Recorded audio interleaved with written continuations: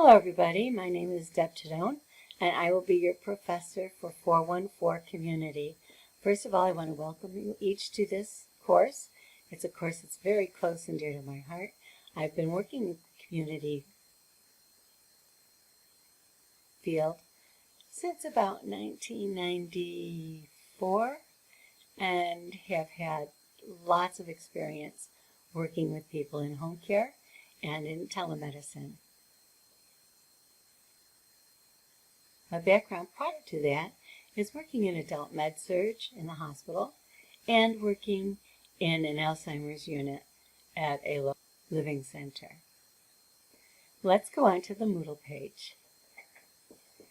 As you can see, at the top of the Moodle page, I have my name and my contact.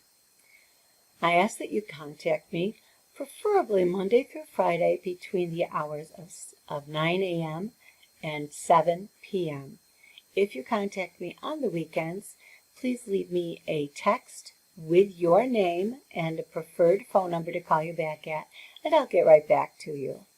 I also check my emails several times a day, 7 days a week. So if you have a question or if you want to get a hold of me that way, that's fine too, and I will get back to you. 414 is a little bit different than other courses because we have something called clinical assignments during this course. For the clinical assignments, they're a little different because of COVID restrictions. It's a lot more difficult finding places for students during COVID right now, and we have some other options available to us.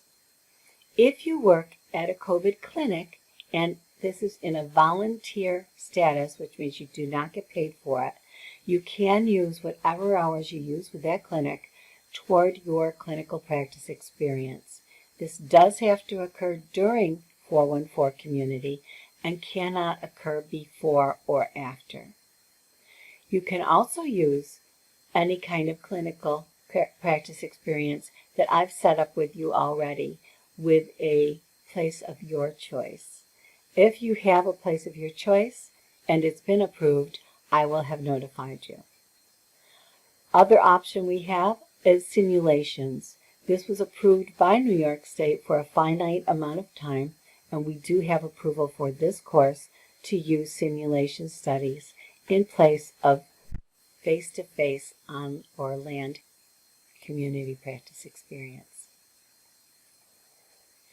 Going down our lovely Moodle page, we start with the COVID restrictions and saying hello.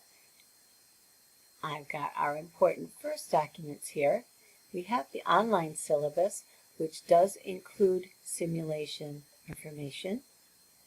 And I have the course calendar. This is specific to your class, and if you print it, you'll see, if you open it, you have the option to print it, and if you do that, I would recommend keeping it someplace where you can keep track of whether your assignments are done in a timely fashion. Most of your assignments can be done whenever you choose to do them. The only exception to that rule is we do need things done by specific times. You can do them early, but not late. Your journal assignments need to be turned in a timely fashion, and your DQs need to be turned in on a timely fashion, and those due dates are written on your calendars. With your DQs, of course, you have the initial response, as you have for other courses, and then 2 days later, you have to have response to 2 of your classmates' DQs. The DQs are very important as they keep you abreast to what's going on with each other and different people's opinions on specific information that you're learning that week.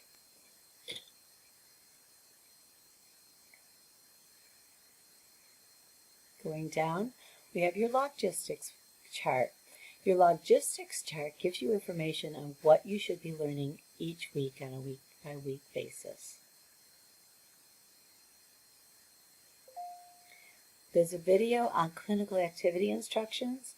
I'm going to warn you here as there's been some changes because we do accept the simulations.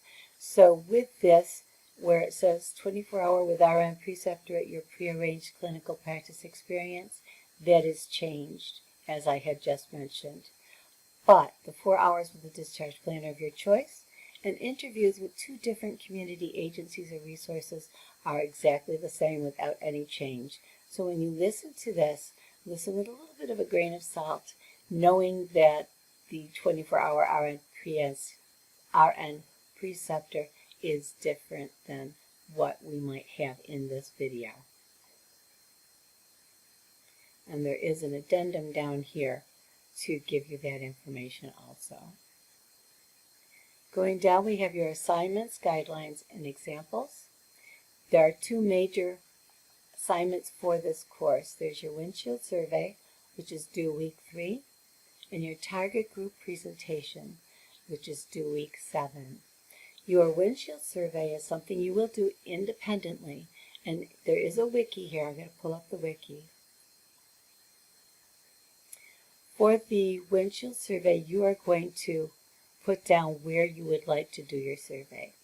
And to fill in the wiki, you open it, you click on Edit, and then you fill in your information. For example, if I put down my name here, and let's say I wanted to report on Fairport, New York, where I would report, and I would have my professor's approval before I start working on that place. Each of your names should be here. If I'm missing somebody, please let me know. You are going to be reporting on a place that you're familiar with, and you will be learning information about that place that you didn't know about. Then you're going to share it with the class with a PowerPoint. So everybody's going to learn a little bit about different than they've known about otherwise. And you'll be surprised at things that are going on in your very own community that you're not aware of. That's your windshield survey. This is just the wiki telling me where you want to go. And then there's directions for completing your windshield survey, and there's actually an example PowerPoint of a windshield survey. The other major assignment for this course is your target group presentation. A target group presentation is a presentation where you are teaching people in the community about a specific health issue. This could be any health issue, and it can be any community. For example, I might want to teach 7 and 8-year-old children about bicycle helmet safety, or I might want to teach expectant mothers how to breastfeed, or expectant fathers how to appropriately swaddle a newborn infant. There's all kinds of possibilities. What you're going to do is you're going to work with the group that you've been assigned to. And once again, I have another wiki. I'm going to open that up. I'm going to do Edit. I'm going to scroll down. And these are the teams that you've been assigned to. Preview. Excuse me. So Matthew, Paige, and Caitlin, you're on one team. Amanda, Sarah, Elena, you're on another. Gail, Michael, Aubryn, and Gertrude, you're on the last team. So you're going to get together, and I don't care how you get together as a team. You're either going to Zoom together or have a phone conference, or you're going to confer over the internet. I don't care. It doesn't matter. You're going to get together and decide what you would like to do as a subject, and then decide who your target group would be. Designated person, put that information here. Then I will look at it and I will either approve it or I'll make a comment. For example, if you put down that you wanted to teach nurses how to give temperatures, I would say no. You need to teach somebody who is not in the medical profession. So you're going to be teaching people who live in the community. I hope that makes sense. Any questions about that, please let me know.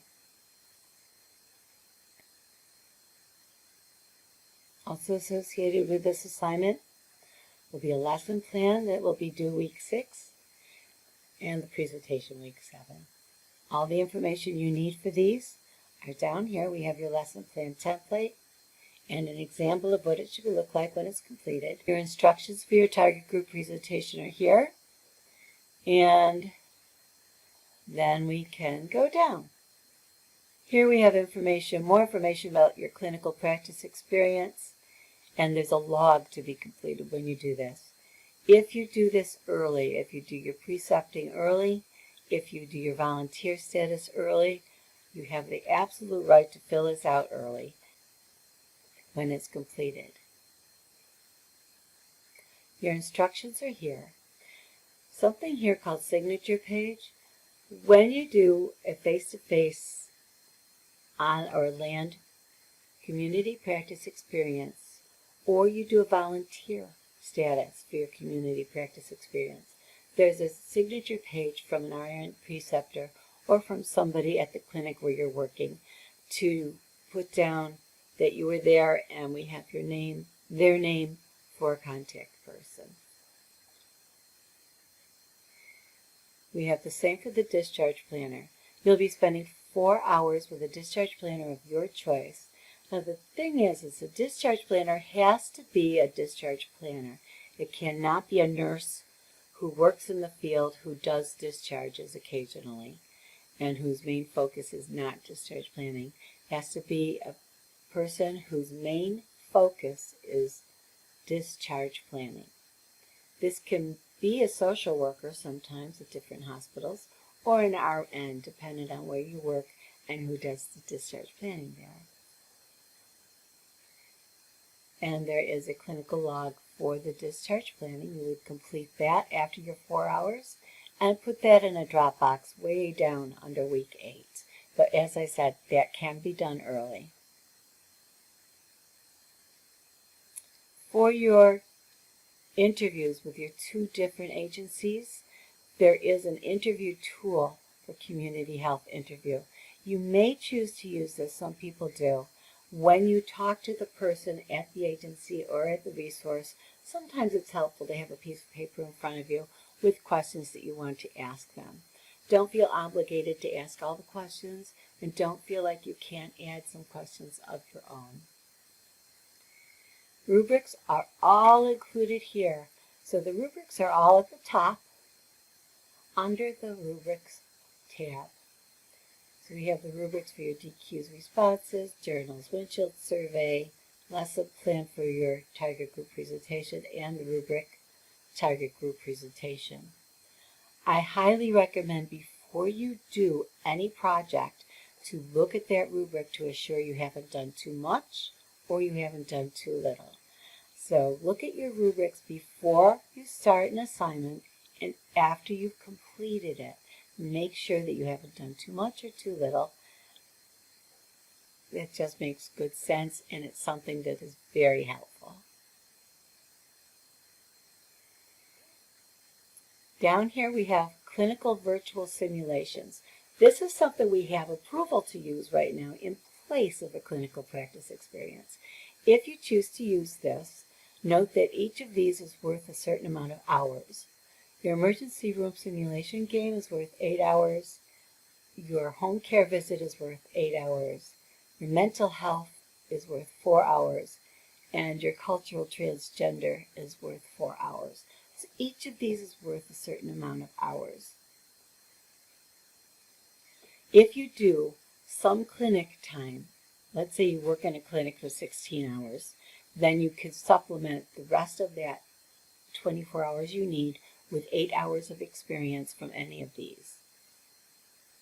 If you do 4 hours of volunteer time, then you can supplement the rest of the time with the simulations. If you're not able to do volunteer time and you're not able to do face-to-face time with a preceptor, then you can do 24 hours here. Just let me know ahead of time what you're going to do, please, so I know what to look for and I can help you out with any questions that you might have about any of the assignments. And then we start with week 1. And I'm not going to go through all of the weeks and all of the assignments here. Just to let you know, each week you'll have an inspirational thought, you'll have objectives for the week, resources, and these resources include PowerPoints, and they may have YouTube videos or other videos or articles to look at. and assignments. Your assignments will also include chapters from the book to look at. The chapters in the book are very important. They're very pertinent to what you're doing, and most of the time you'll be able to use those as references for your journal assignments or your DQs. DQs and your journal. For your DQs and your journals, I do ask that you please use APA formatting for your journals. The reason being is they're much easier for me to read. Also, make sure you do not forget to use references and use citations or paraphrases. Anytime you obtain information that you do not already have stored in your head, you need to cite it. It can be a paraphrase or a citation. If you can't remember how to do those, Purdue Owl can give you that information, and that's PurdueOwl.com, PurdueOwl.com. And if there's a little tab on the left-hand side, it says APA formatting, and it'll give you all the information you need about APA formatting. And that is it in a nutshell. I will be either putting a brief note at the beginning of the week, or I will be giving you a video at the beginning of the week that I'll have embedded right in the site. So please look for those in time to come. Thank you so much. I look so forward to working with each of you. Have a great night, and please let me know if you have any questions. God bless.